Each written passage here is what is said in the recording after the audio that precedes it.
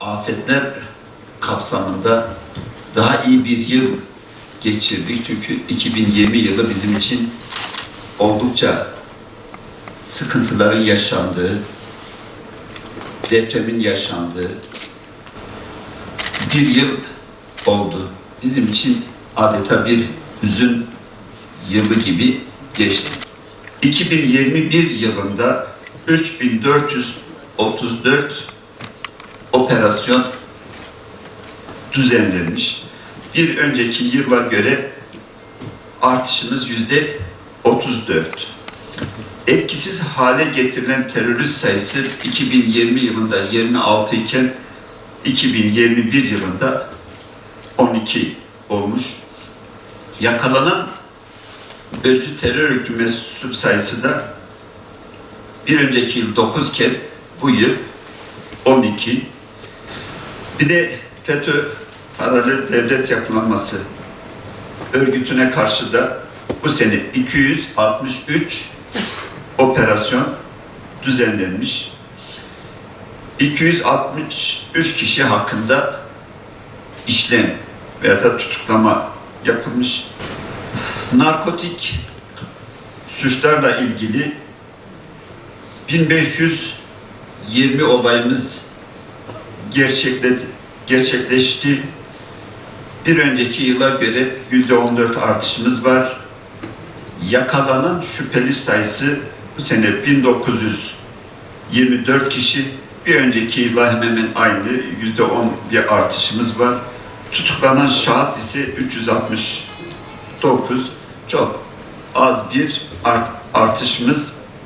artışımız var yani. Ele geçen uyuşturucu miktarları ile vermek istiyorum. 7 ton 369 kilo eroin yakalandı. Bu yanılmıyorsam son yılların en yüksek rakamıdır. Ve Türkiye'deki eroinin de yüzde kaçına? 30'dan fazla. Yani Türkiye'de yakalanan eroinin hemen hemen 1/3 Van'da yakalanıyor diyebiliyoruz. Metafetamin bir önceki yıla göre bir düşüşümüz var. 488 kilo yakalandı. Esrarda da bir düşüşümüz var. 805 kilo yakalandı. Afyon sakızı 91 kilo. Bu sene ilk kez Skunk 91 kilo. Orada da bir düşüşümüz var. Bu sene ilk bu nedir? Afyon sakızı 91 kilo. Skunk ilk kez bu sene 7 kilo yakalandı. Daha önce hiç bu bölgede yakalanmayan bir uyuşturucu. Egzati 317 adet, sentetik haplarda ise 876 bin hap yakalanmış. Hint kenevir kök olarak da 1700 kök. Bir önceki yılda hemen hemen aynı %9 bir artışımız var.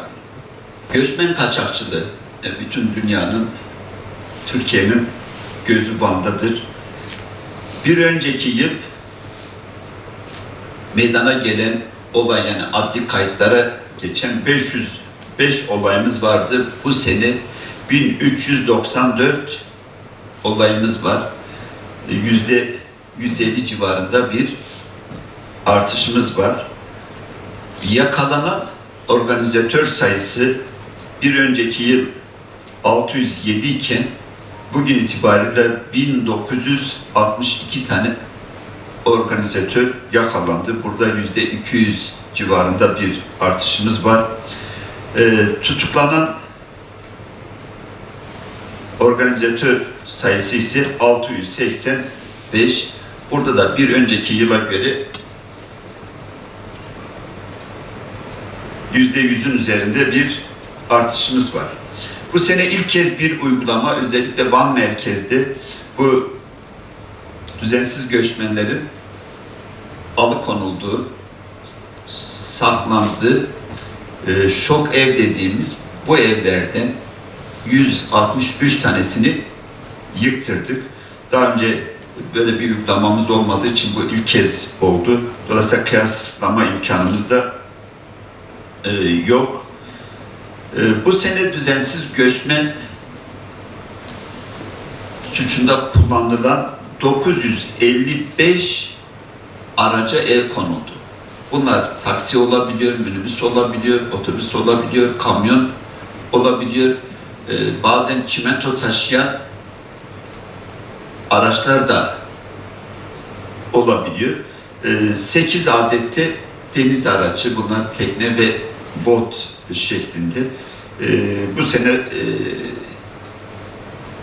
düzensiz göçmen kaçakçılığıyla ilgili sadece bizim asayiş birimlerimiz değil, bizim emniyetin, jandarmanın bütün birimleri, İHA, SİHA'lardan tutun, bütün birimlerimiz bir organizeli bir şekilde mücadele ettiler.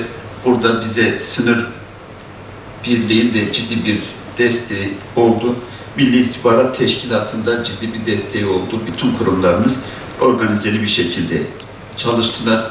Bütün dünyanın gözü Türkiye'de ve Türkiye'nin gözü de Van'daydı.